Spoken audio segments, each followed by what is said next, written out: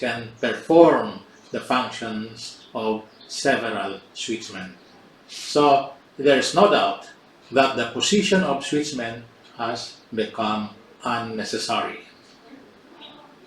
Second is redundancy. Redundancy is a mode of reducing personnel when the required services are more than what is demanded by the actual requirements of the business. Redundancy may arise from overhiring of workers. It can also arise from decreased volume of business, or if a product line or service activity is dropped. It can also arise because of reorganization or abolition of position. Now, to be valid, the abolition of redundant positions must be done in good faith.